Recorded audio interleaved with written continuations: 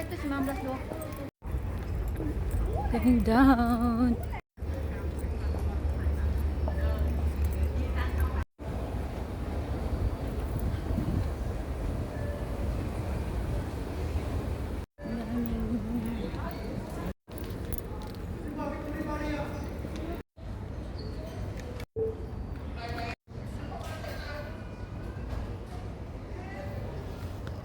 Hassle lang sa, of course, sa immigration.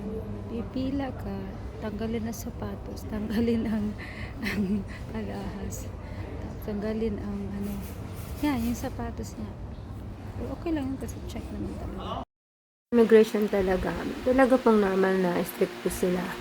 Ganun po talaga, ginagawa po nila yung trabaho. But in my case, I don't have problem because everything is fine naman. So, tuloy-tuloy yung pagpasok ko. Pagdating dun sa exit, syempre, ibaran mo yung shoes mo, yung kung ano yung ano mo,